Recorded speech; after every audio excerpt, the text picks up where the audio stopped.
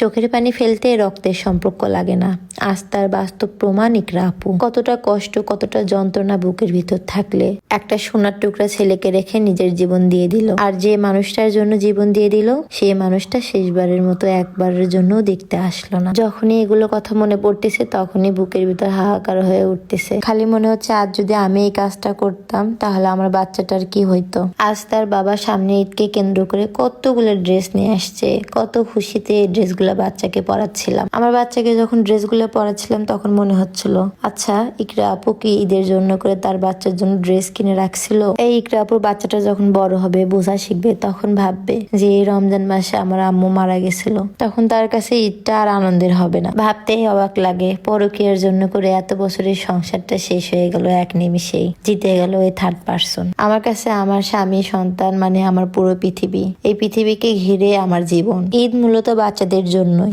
আর ঈদের দিন বাবু কি কি ড্রেস পরবে এগুলো আমরা আগে থেকেই সিলেক্ট করে রেখেছিলাম ড্রিম লাইফস্টাইল ফেসবুক পেজ থেকে। এই পেজে যে ড্রেসগুলো আছে বেবিদের জন্য অনেক আরামদায়ক এবং নরম আর কমফোর্টেবল আর স্টাইলিশ তো আছেই। আর বাচ্চাদের স্কিন যেহেতু অনেক সেন্সিটিভ, তাই সস্তা কাপড়ের থেকেও ভালো মানের কাপড় আমার পছন্দ। আমরা প্রত্যেক বাবা মাই কিন্তু আমাদের বাচ্চাদের জন্য বেস্টটা দিয়েই ট্রাই করি। একটা সংসারে যদি স্বামী স্ত্রী ভালো না থাকে, সবসময় যদি ঝগড়াঝাটি লেগেই থাকে, তাহলে ওই সংসারে কখনো একটা সন্তান ভালোভাবে বেড়ে উঠতে পারে না। তাই সংসারে যদি বনিবনা না হয় তাহলে সেপারেশনই বেস্ট অপশন। আত্মহত্যা কখনোই সঠিক সমাধান হতে পারে না। তবে একটা কথা ঠিক, মানুষ বেঁচে থাকতে মূল্য দেয় না, মরে যাওয়ার পর সবাই মূল্য দেয়। তাই বেঁচে থাকতে কদর করা শিখুন, কারণ মানুষটা হারিয়ে গেলে একবার আর ফিরে পাবেন না।